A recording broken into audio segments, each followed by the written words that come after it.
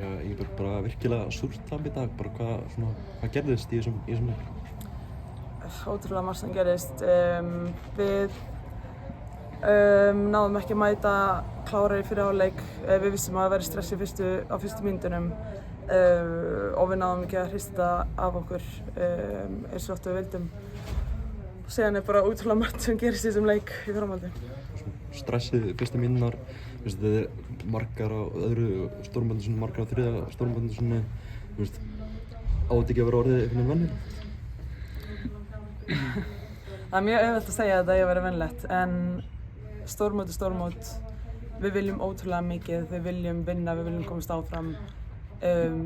Með þeim markmiðum kemur pressa sem við setjum á okkur sjálfar og með pressu kemur stress og spenna og þannig að það er mjög erfitt að nýta. Maður getur nýtt reynslu sem í þetta og minnka stressi en það verður alltaf stress, það verður alltaf spenna.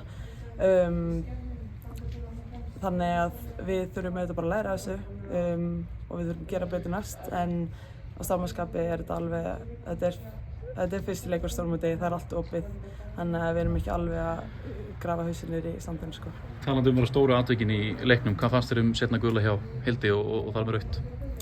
Ég bara viðurkenni, ég sá þetta ekki, ég sá ekki alveg hvað gerðist og það var mjög erfitt að sjá þetta út af það var mikið að gerast, en hún var alveg handviss um þetta dómarinn og það var lítið að segja við hana.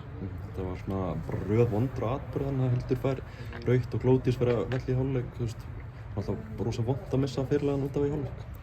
Já, það er rosalega vont, en við þurfum að vera viðbúin að þessu og mér fannst þið ná að tækla alveg ágætlega og já, hún vonandi að fá hana inn í næsta leik. Veistu hvað gerðist hjá Glódís? Hún er bara búin að vera mjög slöpp og bara búin að gera allt sem hún getur til þess að koma tilbaka fyrir hann leik. Búin að prófa allt og hún er bara algjör hetja fyrir að hafa komið inn á þessum leik bara.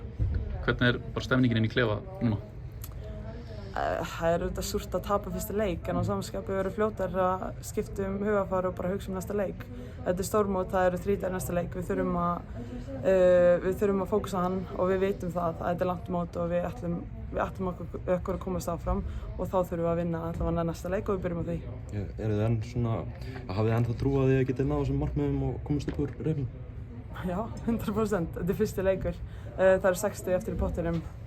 Ef við vinnum báða leikina og byrjum á næsta leik þá er allt opið. Takk fyrir þetta, Ingibjörg. Takk.